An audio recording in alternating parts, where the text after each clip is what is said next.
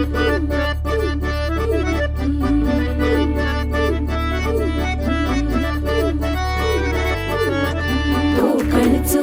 रुबा भारी, माझ्या कोकणचो बाई तोरो भारी, दिसते भारी गणपतीची स्वारी, अन आला धादिस मामाच्या घरी. मालवण चिपळूण सावंतवाडी, माझ्या कोकण गावांचो दिमाग भारी, दिसते भारी गणपतीची स्वारी, माझ्या कोकणा वाटे तुम्ही